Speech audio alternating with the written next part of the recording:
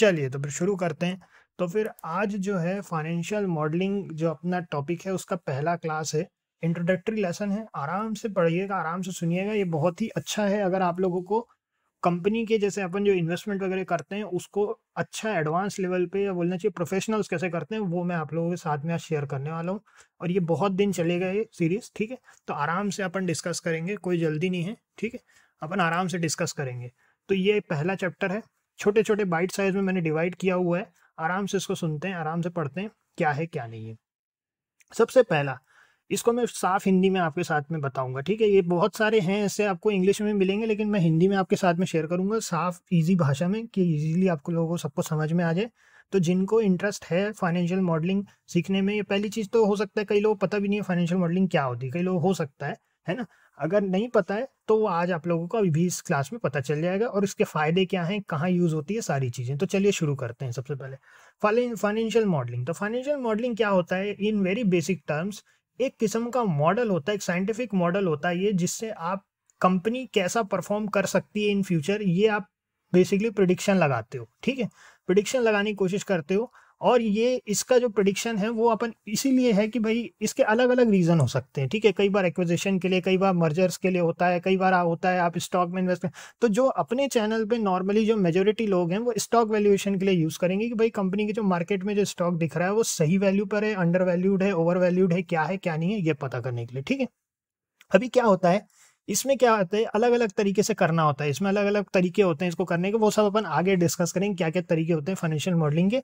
इसको कैलकुलेट करने के लिए ज़्यादातर एक्सेल को यूज़ करते हैं लोग, स्प्रेडशीट्स में करते हैं, स्प्रेडशीट एक्सेल में। इसको भी आगे आप लोग बताएंगे कैसे करना होता है, कहाँ से एक्सेल शीट को कैसे लेना होता है, कैसे डेटा इनपुट करना होता है। एक इंपॉर्टेंट चीज़ मैं आप लोगों के साथ इसमें लगे हाथ शेयर कर देता हूँ कि ये जो चीज़ है, चूंकि अपन इसको डेटा के बेसिस पर करते हैं, ये ऐसे अपने आप इसको अपने को कोई भी डेटा जो है वो अपने मन से अपन फिल नहीं कर सकते। तो अपने को चूंकि डेटा, एग्जैक्ट डेटा चाहिए होता है और सही एकदम इनपुट रहेंगे तभी आउटपुट सही होगा। ये इंपॉर्टेंट चीज़ है। इसमें इनपुट जब तक, अगर फाइनेंशियल मॉडलिंग में चाहे कोई भी मॉडल यूज़ कीजिए, अगर मान लीजिए कि आपने इनपुट में गलती की है तो आपका आउटपुट गलत आएगा, क्योंकि एक साइंटिफिक मेथड है, ठीक है। ये हो गई पहली चीज़। अब ये समझ लेते हैं कि क्यों बेसिकली यूज़ करते हैं। तो ये क्यों यूज़ होता है फाइनेंशियल मॉडल, अलग अलग कारण होते हैं। तो इसमें क्या होता है, कैपिटल रेस करने के लिए, चाहे वो डेब्ट के बेसिस पे कैपिटल रेस किया हो, चाहे इक्विटी के बेसिस पर। तो रेजिंग कैपिटल है ना, हम सबको पता है, फंड रेस किया, अपन पढ़ते हैं पेपर में, इतना फंड रेस किया, फलानी कंपनी ने इतने 100 करोड़ का फंड रेस किया, इतने 1000 करोड़ का ये हुआ अच्छा एक्विजिशन, जैसे 1000 करोड़ का एक्विजिशन हुआ तो ऐसे अपन पढ़ते हैं पेपर में। दूसरा हो जाता है मेकिंग एक्विजिशन। तीसरा हो जाता है growing a business, growing the business organically. तो क्या होता है, अगर किसी बिजनेस को ग्रो करना है तो अपन क्या करते हैं, फाइनेंशियल मॉडल बनाए रहते हैं कि भाई उसके पास परफॉर्मेंस को देख करके और आगे क्या हो सकता है। तो बिजनेस ग्रोथ के लिए भी मॉडल्स का बहुत इंपॉर्टेंट चीज होता है, बहुत इंपॉर्टेंट वैल्यू होती है इस चीज की, ठीक है। उसके बाद होता है सेलिंग और उसके बाद सेलिंग होता है डाइवर्सिफाइंग एसेट्स और बिजनेस यूनिट्स, ठीक है। तो इसमें क्या होता है कि ना, ये ओवरऑल अपने को ये समझ में आता है कि सेलिंग मतलब जब भी आप किसी भी बिजनेस यूनिट को बेचने के लिए जाते हो ना, तो आपको उस समय ये चीज़ का बहुत इंपॉर्टेंट होता है, क्योंकि इसमें वैल्यूएशन करते हैं अपन। तो वैल्यूएशन एक चीज़ जो हम ओवरऑल समझे इतने दिन में कि यार वैल्यूएशन के लिए इसका यूज़ ना बहुत ही इंपॉर्टेंट होता है। तो वैल्यू ऑफ बिजनेस, यानी अपने इस टॉपिक में वैल्यूएशन को ही अपन समझेंगे। तो वैल्यूएशन को कैसे करना होता है, क्या करना होता है, वो सब अपन आगे देखेंगे, ठीक है। तो अगर अपन समझें तो इसमें नेक्स्ट जो होता है वो होता है बजटिंग एंड फोरकास्टिंग। अब बजटिंग एंड फोरकास्टिंग क्या होता है, बजटिंग एंड फोरकास्टिंग जो होता है, बजटिंग एंड फोरकास्टिंग जो होता है वो है बेसिकली कोई भी तरीके से अपन कंपनी का जो बजट बनेगा या आगे क्या करेगी कंपनी। अच्छा बाय द वे, ये एक और चीज में लिखी है, डिवेस्टिंग। डिवेस्टिंग है ना, इन्वेस्टिंग होता है, वैसे डिवेस्टिंग होता है, ठीक है। वो हमने डाइवर्सिफिकेशन पढ़ लिया था जल्दी जल्दी में। डिवेस्टिंग होता है, डिवेस्टिंग मतलब होता है बेसिकली किसमें से अपने को अपना इन्वेस्टमेंट हटाना है, ठीक है, किससे पावर लेना है, ठीक है। डिवेस्टिंग क्यों हटा रहे हैं, तो ये भी कैसे पता चलेगा, फाइनेंशियल मॉडलिंग के बेसिस पे हमने फाइनेंशियल मॉडल बनाया, उसमें से जो आउटकम निकला हमें समझ में आ गया कि अरे कंपनी का तो काम ठीक नहीं चल रहा है, ठीक है, इससे पैसा निकाल लो, ठीक है। तो ये हो गया। फिर हो गया budgeting and forecasting, planning years ahead, है ना। बजटिंग हर किसी की बजटिंग होती है, पर्सनल बजटिंग होती है ना, कंपनियों की बजटिंग होती है, सरकार की बजटिंग होती है, इसके लिए। फिर उसके बाद होता है कैपिटल एलोकेशन, बड़ा इंपॉर्टेंट चीज कि कंपनी ने कहाँ कैपिटल एलोकेट किया। तो जो ट्रेडिंग कम्युनिटी में जुड़े उनको पता है हम क्या करते हैं, हम देखते हैं कि भाई कंपनी ने फंड रेज किया, ये कंपनी इतना कमाई, उसने कहाँ खर्च किया उस पैसे को, तो ये भी कहाँ यूज कैसे होता है, फाइनेंशियल मॉडलिंग के थ्रू होता है। वैल्यूइंग अ बिजनेस, ये जो चीज है, ये चीज हम यहाँ करने बैठे हैं, ठीक है। एंड ये चीज करना आसान नहीं होता है, लेकिन ये है कि इसके कुछ मॉडल्स हैं जिनको अपन पढ़ेंगे आगे चल करके क्या होता है, और इसी में एक डीप वैल्यू इन्वेस्टिंग है, एक एडवांस टॉपिक है जिसको अपन आगे डिस्कस करेंगे आगे की क्लासेस में, ठीक। उसके बाद आ जाता है financial statement analysis and ratio analysis, ratio financial statement analysis and ratio analysis, ठीक है। फाइनेंशियल स्टेटमेंट एनालिसिस और रेशियो एनालिसिस बड़ा एक बेसिक सी बात है यार। अपन क्या करते हैं, फाइनेंशियल स्टेटमेंट का एनालिसिस करेंगे, आगे भी रेशियो एनालिसिस को भी समझेंगे कैसा क्या है, कौन कौन से रेशियोज को लेना होता है, कैसा क्या क्या क्या इनपुट होते हैं उसमें। फिर मैनेजमेंट अकाउंटिंग के लिए भी यूज होता है ये। मैनेजमेंट अकाउंटिंग तो अपन आगे पूरा डिस्कस करेंगे क्या होता है मैनेजमेंट अकाउंटिंग, कैसे क्या करना है, ठीक। उसके बाद में ये जो चीज़ है जो अभी अभी थोड़ी देर पहले आप लोगों के साथ शेयर की है, ये आपको हर जगह पे बार बार ये चीज़ मैं आपको रिपीट करूंगा कि इस मेथड में या किसी भी तरह के फाइनेंशियल मॉडल में अगर आपके इनपुट्स गलत हो जाते हैं तो आउटपुट आपके एक्यूरेट रहेंगे ही नहीं, ठीक है। ये मैथमेटिक्स है। इसमें क्या है, अगर मान लीजिए आपको 4 रिजल्ट चाहिए है तो 4 रिजल्ट के लिए आप 5 और 1 का जो इनपुट है उसमें माइनस ही लगा सकते हो। उसके सिवा आपने कुछ भी लगा दिया तो 4 लाने में, ये एक बेसिक एग्जांपल दे रहे हैं, अब अपने को उसमें ज़्यादा नहीं जाना है। मेन चीज़ है कि इनपुट गलत नहीं होने चाहिए, तभी आपका काम सही चलेगा इसमें, ठीक है। नेक्स्ट पर चलते हैं। नेक्स्ट में चलते हैं कैसे फाइनेंशियल मॉडलिंग करनी है। अब ये जो स्टेप्स मैंने यहाँ पे आप लोगों के लिए लिखे हैं ना, ये स्टेप एक बेसिक अंडरस्टैंडिंग के लिए लिखे हैं। इसको अपन आगे जैसे जैसे चलेंगे, प्लस एक और चीज एडिशनल बता देते हैं फर्स्ट डे ही, कि इनकी जब तक आप प्रैक्टिस नहीं करते, जब तक आप प्रैक्टिकल कंपनीज के ऊपर बार बार टेस्ट नहीं करते, प्रैक्टिस नहीं करते, आपको नहीं समझ में आएगा, ठीक है। ये क्योंकि ये क्या है ना, ये प्रैक्टिस की चीज़ है। इसको एक अश्वत्थ दामोदरन सर हैं यूएसए में किसी शायद न्यूयॉर्क के कॉलेज में, अभी हमको एग्जैक्ट याद नहीं, लेकिन वो उनका जब बहुत दिन पहले हमने देखी नहीं है उनकी क्लास, उन्होंने बहुत अच्छी बात बोली थी कि वैल्यूएशन एक आर्ट भी है, एक स्किल भी है, ठीक है। ये स्किल भी है, आर्ट भी है, अब वो आपके ऊपर है आप उसको कैसे देखते हो, ठीक है। मैथमेटिक्स वाले भी बहुत अच्छा कर सकते हैं और आर्टिस्ट लोग भी बहुत अच्छा कर सकते हैं, वो निर्भर करता है कि आप उसको कैसे। तो ज़्यादा अच्छा ये है कि उसका एक अच्छा बैलेंस अपने दिमाग में आपको बना करके रखना है, ठीक है। अब इसके बाद अपन समझते हैं प्रोसेस। तो सबसे पहले होता है entry of historical financial data. Historical financial data, जैसे अपन बैलेंस शीट्स पढ़ते हैं, हर बार अपन बैलेंस शीट पढ़ते हैं, पीएनएल स्टेटमेंट पढ़ते हैं, क्वार्टरली रिजल्ट देखते हैं, अपन देखते हैं कंपनी कब बनी थी, कंपनी क्या करती है, ये होता है हिस्टोरिकल फाइनेंशियल डेटा, जो अपन कई बार स्क्रीनर पे देखते हैं, कभी ट्रेंड लाइन में देखते हैं। आजकल तो ये सब आ गया, पहले आपको स्टेटमेंट निकालने पड़ते थे, आजकल ये सब अच्छा जमा करके अपने को मिल जाता है, ठीक। ये हो गया। तो कहते हैं 3 से 5 साल का कम से कम हिस्टोरिकल डेटा देखना चाहिए, ठीक है। पुरानी कंपनियों को तो अब जितना अच्छा देखेंगे, जैसे पास परफॉर्मेंस, शुरू से अपन चार्ट वगैरह सभी चीजें देखते हैं इसमें, लेकिन मेनली क्या होता है, फाइनेंशियल डेटा देखना है अपने को, ठीक है। शुरू में फाइनेंशियल डेटा देखना बहुत जरूरी है कि कंपनी पहले से क्या कर रही है, कंपनी का कैसा हिस्ट्री रहा है। फिर उसके बाद एनालिसिस ऑफ हिस्टोरिकल परफॉर्मेंस। पहला क्या होता है, पहला अपन ने देखा हिस्टोरिकल फाइनेंशियल डेटा, फिर होता है हिस्टोरिकल परफॉर्मेंस। परफॉर्म कैसा कर रही है, मतलब कि कंपेरेटिवली कैसा परफॉर्म कर रही है। परफॉर्मेंस उसमें पेयर कंपैरिजन भी होता है कि आप दूसरे इंडस्ट्री के सेम सेक्टर की कंपनियों के अगेंस्ट आप कैसा परफॉर्म कर रहे हो, है ना। अगर अच्छा परफॉर्म कर रहे हो तब तो ठीक है, नहीं कर रहे हो तो उसके पीछे क्या कारण हो सकता है, ये हम क्या करते हैं। इसमें से अब अगला तीसरा पॉइंट आता है गैदरिंग एजम्पशंस फॉर फोरकास्टिंग। अब हम क्या सोचते हैं ना कि जब हमने ये दो चीजें देख ली, हिस्टोरिकल हमने फाइनेंशियल स्टेटमेंट देख लिया, हिस्टोरिकल फाइनेंशियल डेटा देख लिया, हिस्टोरिकल परफॉर्मेंस देख लिया, अब हम क्या करते हैं, हम कुछ वेरिएबल लेते हैं अपने दिमाग में कि यार इस बेसिस पे हम फोरकास्टिंग करेंगे, ठीक है। तो हम कुछ एजम्पशन लगा रहे हैं इसमें कि जैसे पीयर कंपैरिजन हो गया, ये सारी चीजें हो गई, तो कोई रेलेवेंट फैक्टर्स होते हैं उसमें, हिस्टोरिकल डेटा वगैरह सारी परफॉर्मेंस सभी चीजों को देख करके हम कुछ एजम्पशन लगाते हैं, ठीक है। हमारा और यहीं से शुरू होता है हमारे पर्सनल ओपिनियन में आर्ट साइड, ठीक है।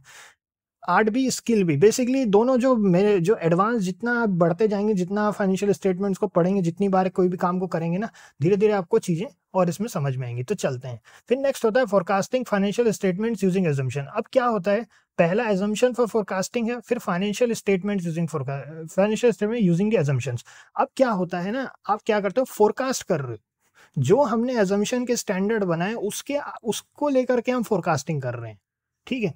बेसिक सी बात है कि भाई हमने जब एजम्पशन लिया तो हमने फाइनेंशियल स्टेटमेंट को भी हम फोरकास्ट करने की कोशिश करेंगे कि भाई ये अगर इतना प्रॉफिट लगातार लगातार कंपनी दिखा रही है, कंपनी ने एक एग्जांपल देते हैं, एबीसी नाम की कंपनी है, लगातार प्रॉफिट दिखा रही है पिछले 5 साल से, ठीक है। कंपनी के इन्वेस्टमेंट कैश फ्लो भी पॉजिटिव चल रहा है, कंपनी के जो प्रमोटर्स हैं वो अपनी होल्डिंग भी बढ़ा रहे हैं, कंपनी अच्छी चल रही है। कंपनी में हमने ये भी पता चल गया कि ये जो ऐसी इंडस्ट्री में जहाँ पे ये अच्छा परफॉर्म कर रही है ऑलरेडी, ठीक है, ऑलरेडी मार्केट लीडर है, तो हम एक एजम्पशन लगाते हैं कि यार कंपनी ओवरऑल अच्छी चल रही है। ये एक आइडिया है। फिर उसके बाद हम क्या सोचते हैं कि किस परसेंटेज से प्रॉफिट बढ़ रहा है, कि क्या उसी परसेंटेज से, उसके बाद फिर अर्निंग पर शेयर क्या है, अर्निंग पर शेयर के बाद में फिर अपन इस हिसाब से एक आइडिया लगाते हैं कि चलो ठीक है भाई, कंपनी ओवरऑल अच्छी चल रही है, अच्छी चल रही है, तो क्या ये अंडर वैल्यूड है, ओवर वैल्यूड है, इसका हम एक अंदाजा लगाने की कोशिश करते हैं। फिर उसके बाद उसमें आगे अपन देखेंगे कि कैसे उसके कुछ नंबर्स होते हैं, उनको कैसे निकालना होता है, कैसे उनके एग्जैक्ट नंबर्स कैसे पता करना है, और जैसा बताएं कि ये सब प्रैक्टिस की चीज़ है और आगे डिस्कस करेंगे। नेक्स्ट होता है फ्यूचर बिजनेस रिस्क असेसमेंट। उसके बाद बिजनेस में रिस्क, ये एक बड़ा इंपॉर्टेंट चीज़ होता है। और रिस्क असेसमेंट ऐसी चीज़ है ना जिसपे आप पूरी किताब पढ़ सकते हो, बिलीव इट और नॉट। पूरी कई किताबें लिखी गई हैं रिस्क असेसमेंट पे, और कई साल से लिखी जा रही हैं कि रिस्क असेसमेंट कैसे करना होता है किसी बिजनेस का।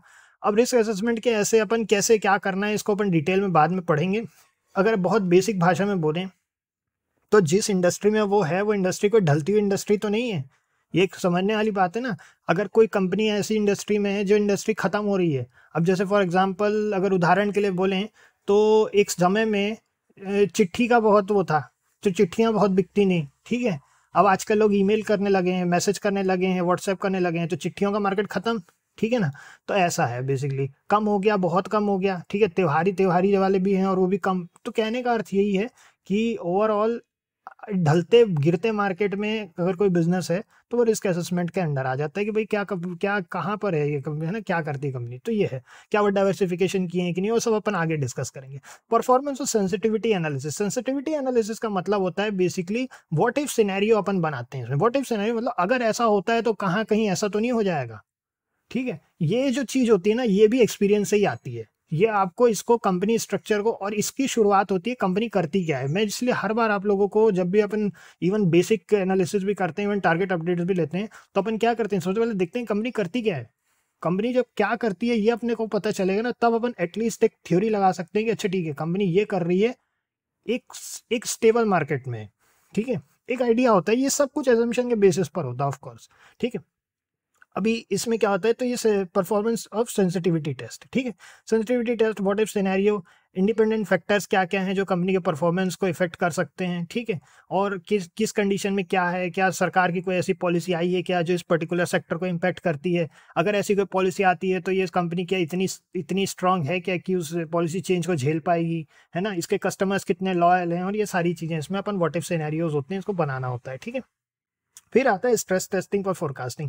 स्ट्रेस टेस्टिंग मतलब होता है कि बेसिकली जो प्रिडिक्शंस हैं उसकी रोबस्टनेस को अपन डिफरेंट सिनेरियो पे टेस्ट करते हैं। रोबस्टनेस मतलब बुरे से बुरे सिनेरियो पे अपन टेस्ट करते हैं कि भाई क्या ये जो हमने जो फोरकास्ट कर रखा है वो क्या बुरे से बुरे सिनेरियो में टिकेगी ये कंपनी। अब जैसे कोविड आया, कोविड में कंपनियां, बहुत सारी कंपनियां टूटी, जिनको पता है, पर इस तरह के जिनको फाइनेंशियल मॉडलिंग आती है, जिन्हें एटलीस्ट एक बेसिक अंडरस्टैंडिंग भी है कि आप जिस भी कंपनी में इन्वेस्ट कर रहे हो सिर्फ नाम अच्छा लगने भर से इन्वेस्ट नहीं किया जाएगा।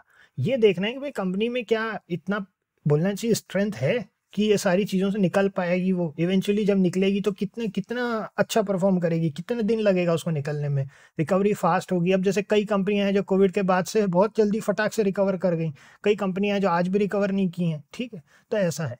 तो इस तरीके से क्या होता है कि जो भी है ना, उसको अपने को इसमें क्या है, analyst should delve in patterns underlining causes after identifying them to comprehend better dynamics influencing the outcomes. अब जो भी है एनालिस्ट, आप जैसे आप जब ये सब सीख लेंगे फाइनेंशियल मॉडलिंग को, तो आप भी हो जाएंगे क्या, एनालिस्ट हो जाएंगे। एटलीस्ट सेल्फ एनालिसिस के लिए तो आप रहेंगे, ठीक है।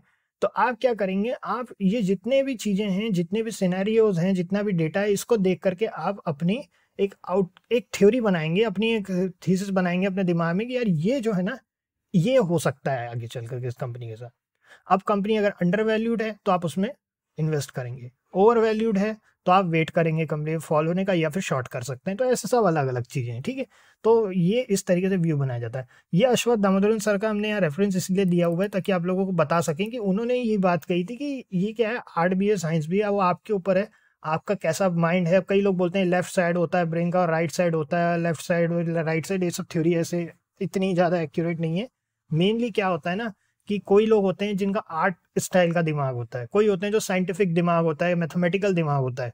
मेरा आप लोगों को सजेशन है इसमें दोनों ओपन रखिए, ठीक है, दोनों ओपन रखिए ताकि आपको एक बैलेंस अंडरस्टैंडिंग मिले, ना एकदम नंबर्स के पीछे एकदम नहीं लग जाना है कि अरे ये तो नंबर सही नहीं लग रहा है, ये तो इसमें गड़बड़ हो रही है, ना ही अपने को बिल्कुल इतना ज़्यादा उसमें चले जाना है कि यार ये तो कंपनी बिल्कुल बढ़िया लग रहा है, प्रोडक्ट अच्छा है, ये तो टिकेगी, हमें पता है।